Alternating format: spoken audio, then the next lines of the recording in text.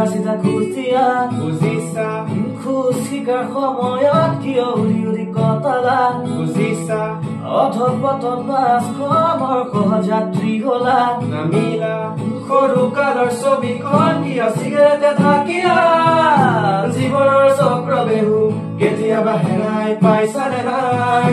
যদিহে পাইছা তুমি কোৱাচোন সুৰংগ কোন দিশে পাৰ খেতেৰি এৰি সপোন দিঠকৰ দুৱাৰ ঢকিয়া ঠেলা মাৰি খোলা দুৱাৰ গাৰ ফালে টানিলে ক'ত খোল খাই লগা জীৱন লগা জীৱন